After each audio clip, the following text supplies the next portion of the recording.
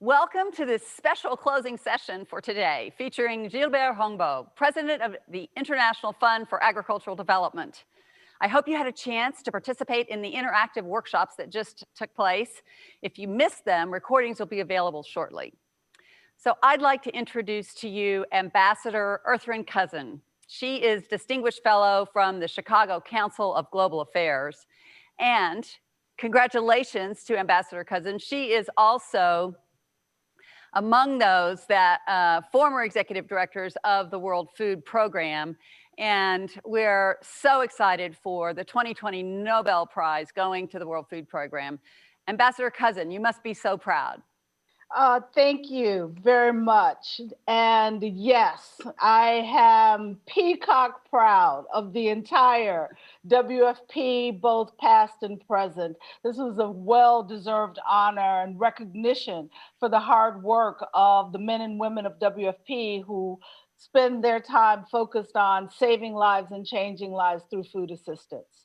I'm honored to be here today, and thank you, Barbara, for allowing me to participate in this the Norman Borlaug International Symposium, and specifically in this conversation on breaking new ground, building resilience today for the improved global food system tomorrow. And I am honored to introduce our keynote speaker and for this session of the program, President Gilbert Houngbo, who is the president of the International Fund for Agricultural Development, IFAD, someone who is leading the fight for the work that is necessary through IFAD for the support of rural development across the world. With that, please welcome my friend and an advocate and leader in the international food space, Gilbert Houngbo. In the southern Bolivian village of Tropaxi, Lydia Mondaki is looking for ants. As her grandparents taught her, she knows that when the ants are reinforcing their nests with dirt, much-needed rain is coming within days. Lydia is a Yapuchiri, an agriculturalist who tracks signs in the environment to predict the weather and plan for better harvests. Bueno, un Yapuchiri es que hace seguimiento, ¿no? Al clima, en la época que nos encontramos, cómo se va a comportar. Va a haber lluvia, va a haber sequía, va a haber frío. ¿Cómo va a ser la cosecha?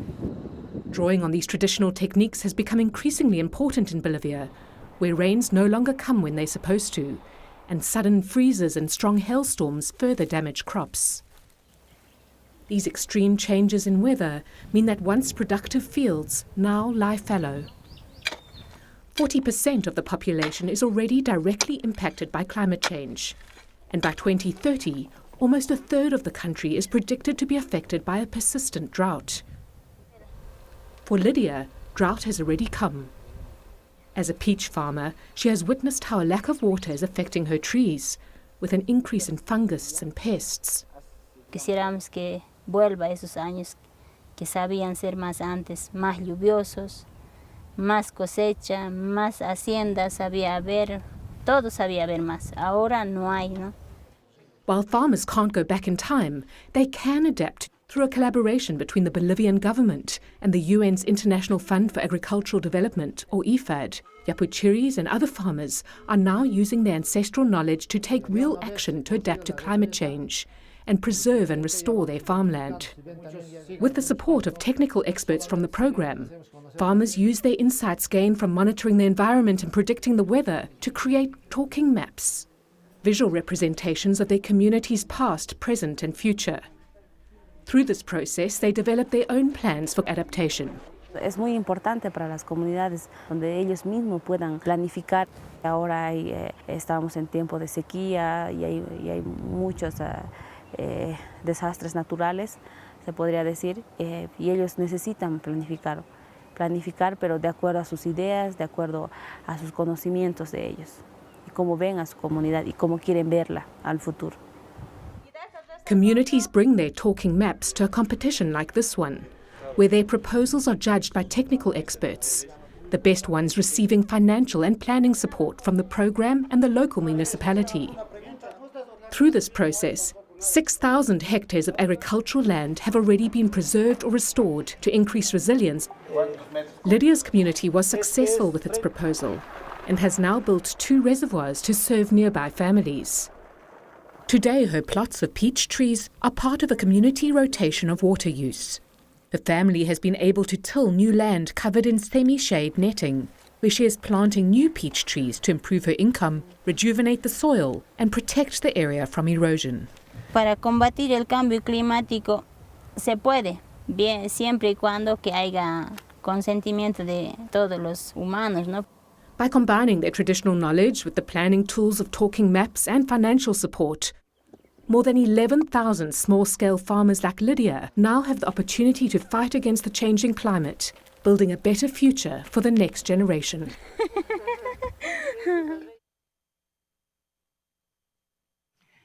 Greetings. We're having a bit of technical difficulty. Hope you enjoyed that video. President Houngbo is disconnected for the moment, but he will be back with us, I hope. In the meantime, Earthrin, let's just talk a minute about what's really going on in the world of food support and aid and the systems that we're so relying on in this time of COVID. Former executive director of the World Food Program, what do you see going on in the systems now in the way of that support? And what's needed most to continue support during the pandemic?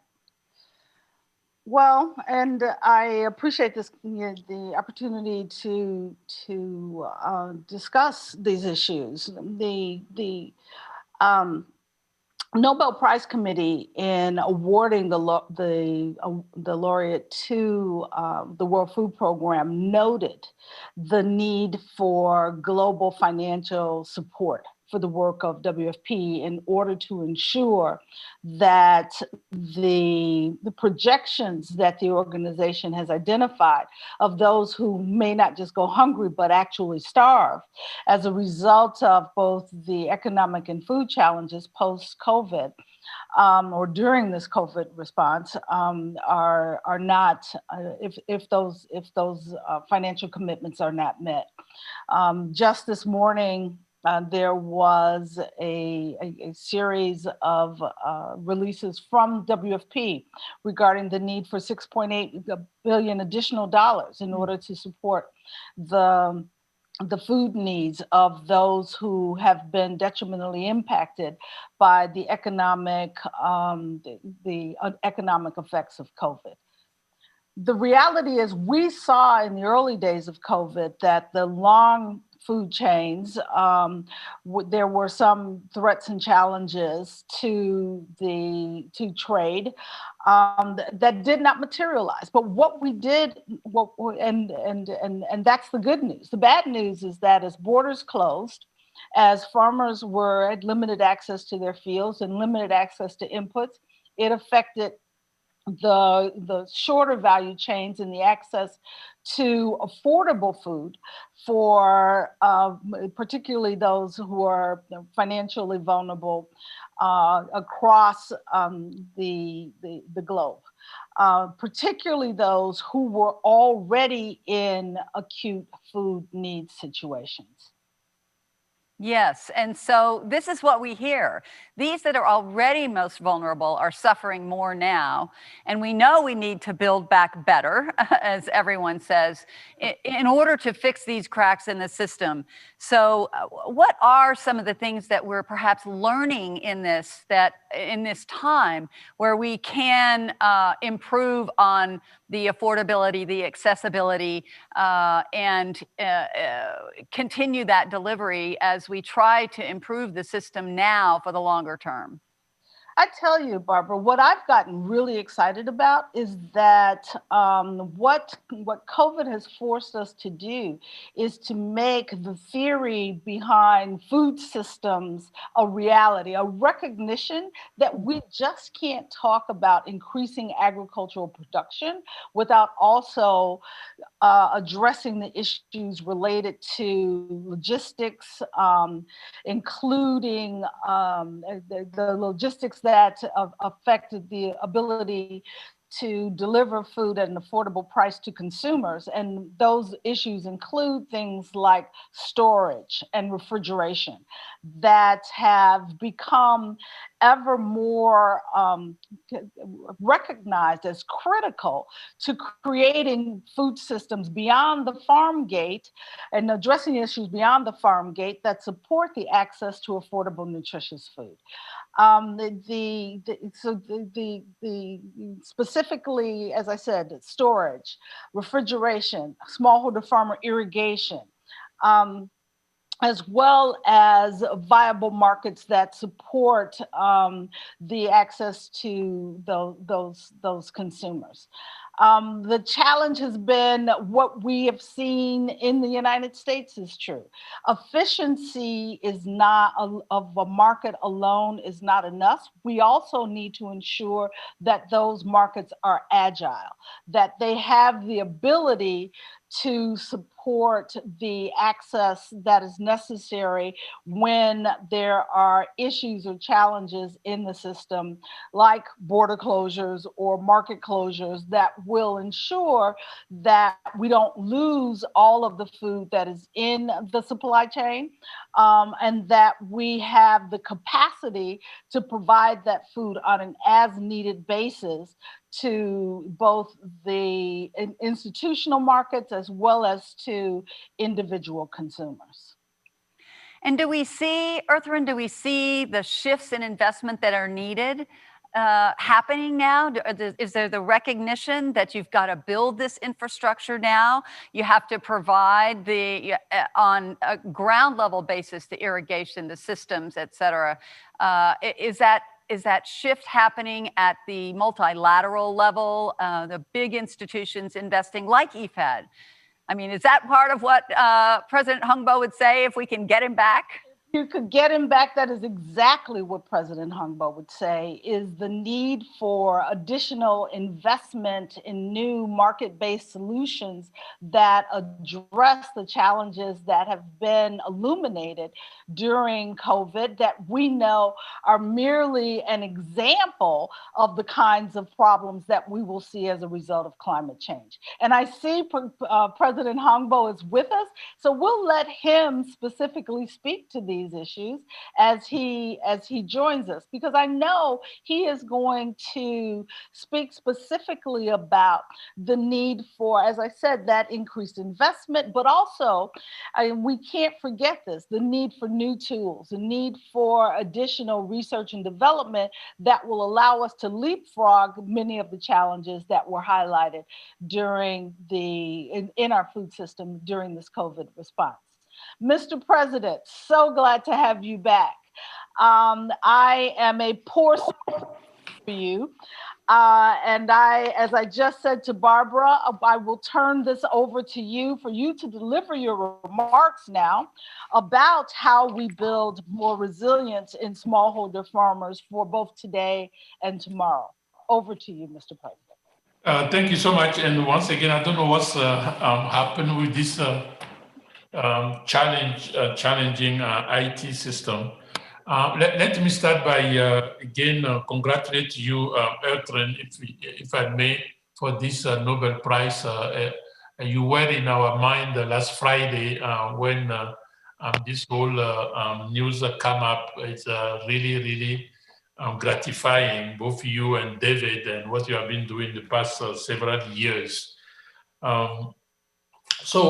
And again, I would also like to congratulate the Dr. Ratan Lal for winning and being this year's laureate for this discoveries, extensive research work, and the finding which have shaped the agricultural practice and expanded our understanding of the importance of soil health and the carbon management.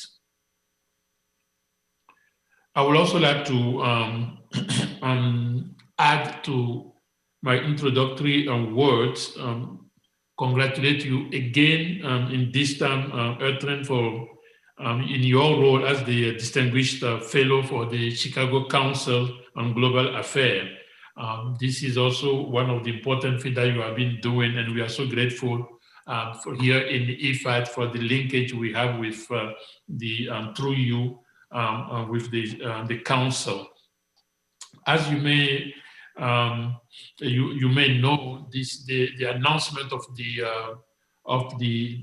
Nobel Prize has triggered a lot of reaction that is putting again agriculture, the SDG 2 really on the map again, which is certainly a good news. Good news for us all. In considering how to build resilience to improve global food system, allow me to focus all my remarks on the 2 billion small-scale producers. Half of the world food calories come from small farms, and countries such as Thailand, Vietnam, have built their economies on small-scale farming. And even in richer countries such as Japan, the Republic of Korea, Norway, or Switzerland, small farms predominate. Small-scale farmers have a strong personal incentive to get the most from their land and from their own labor. They also tend to grow a wider range of crops, including varieties that are adapted to local conditions. This diversity makes cropping system less vulnerable to epidemics caused by the pest or any kind of diseases. It does also improve soil fertility and strengthen resilience to climate change.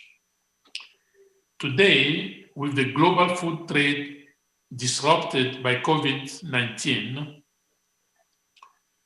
because of the related travel restriction, their role in supplying local and regional market has become even more important. The pandemic has shone a spotlight on just how much the world relies on small-scale farmers. Yet, too often, it is the farmers and their families who go hungry. This situation prevails due to the cost, in our views, the cost of decades of underinvestment in agriculture. It also reminds us of the need to restructure our food systems to make them more sustainable, more climate adapted, building much more on nutrition, and making them inclusive, resilient, and efficient. At IFAD, we know that the COVID-19 pandemic has hit small-scale producers very hard. As of today, we have received demand for more than 75 countries for specific help as related to COVID. Obviously not on the health side, but on the socio-economic impact dimension. We have heard, for example, from Senegalese farmers who could not sell their tomatoes and other perishables because markets and restaurants had closed. We heard and we continue to hear daily from farmers in Asia, in Africa, unable to get the seeds and the fertilizers they need to farm productively, and of workers who have lost their regular jobs because of restrictions on movements and business closure. At the same time, there are other natural events taking their toll. There are still locusts ravaging crops in southern and eastern Africa and threatening to cause a food crisis for millions of people.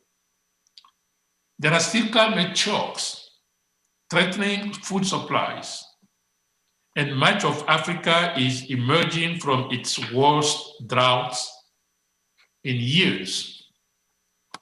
I do not think the situation is hopeless, but to build resilience and better food system, we must be realistic and pragmatic.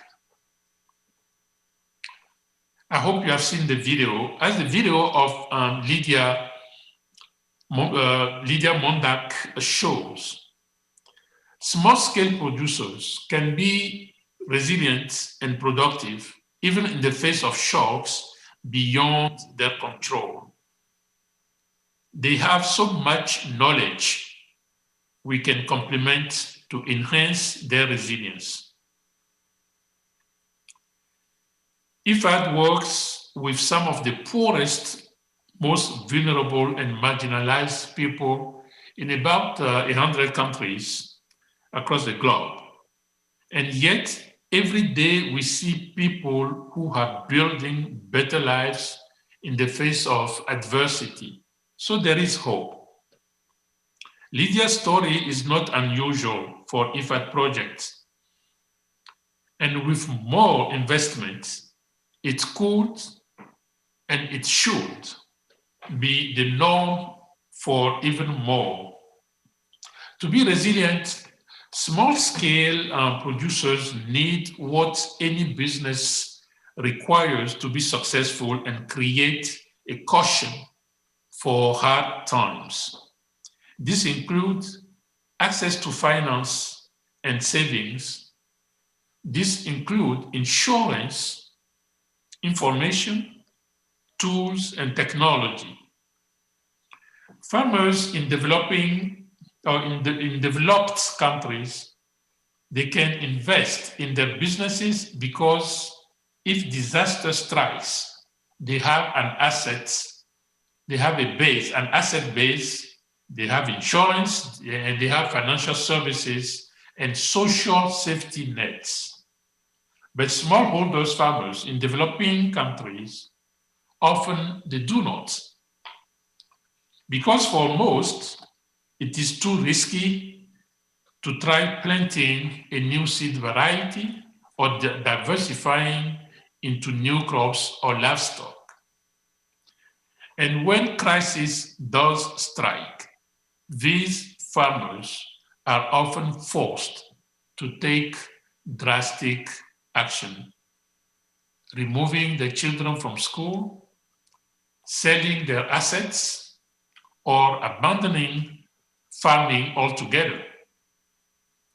With this in mind, please allow me to share what I consider as 6 prerequisites for creating resilience. First, we need science and technology. We need science and technology designed specifically to meet the needs of small family farmers. We have seen how vaccines and modern medicine have transformed the healthcare. Today's digital technology have the potential to similarly transform small-scale agriculture. Second, local knowledge is essential.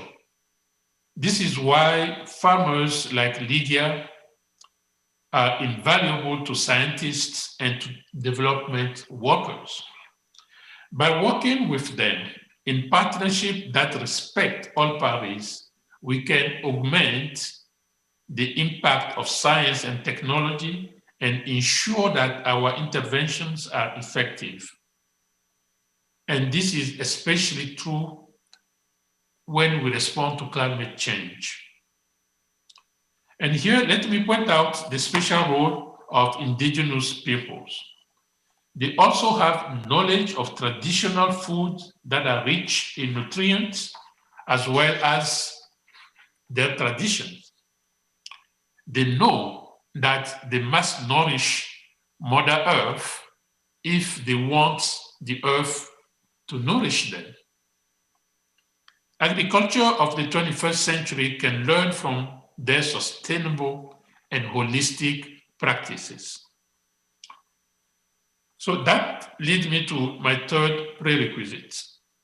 Whether building resilience to disease or to climate shock, a one-size-fits-all approach obviously isn't efficient. The best results come from taking a country-by-country, village-by-village approach. Fourthly, you cannot have resilience without equity. Only when there are opportunities for all, women, men, youth, indigenous people, people with disabilities, can communities be strong, stable, and resilient. Exclusion and inequality create tension and unrest, and sow the seeds of conflict. So we need social as well as technological innovation. Fifth, young people are key for resilient societies, but they are too often excluded from financing, employment, and opportunities. They need economic opportunities to benefit from new innovations, to start new businesses, to access decent jobs, and to turn their energy and creativity to good use. Productive young people drive resilient economies and societies. But when young people feel they have no future, they can be among their greatest threats. And finally, my sixth point is the economic and environmental development. Both must go hand in hand. Rural communities rely heavily on natural resources for their present and future economic activities. There can be no resilience without sustainable natural resource management, without local institutions to ensure economic activities contribute to maintaining and enhancing the natural environment. Ladies and gentlemen, as we consider how to build resilience to improve the food system of tomorrow, let us commit ourselves individually as well as collectively to going that last mile and not leaving small-scale producers behind. To achieve our goal for a world without hunger and our Agenda 2030 commitment to leave no one behind, we must rededicate our efforts and incorporate small farmers because they hold some of the key to achieving the momentum for change and transforming global food systems so that they are more inclusive. Thank you so much. Thank you very much, Mr. President, for those very enlightening and comprehensive remarks. Let me ask you quickly.